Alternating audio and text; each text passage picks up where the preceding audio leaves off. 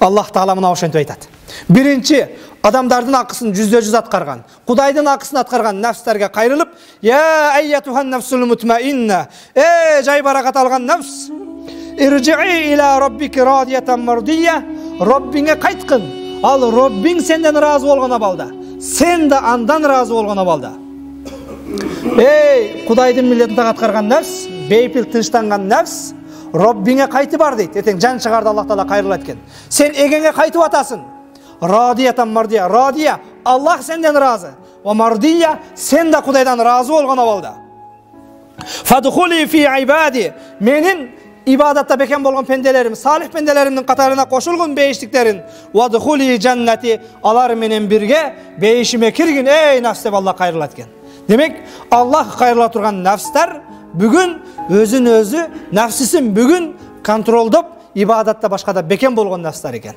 Мала ошол нафстерге Аллах эртең кыяматта кайрылып, өзүн жай баракат алган нафс, менин салих пенделерим катарына кошулуп, мен сенден разы, сен де менден разы болгон абалда бейишиме киргин дейткен Фажр сүрөсү 27-30 аяттар.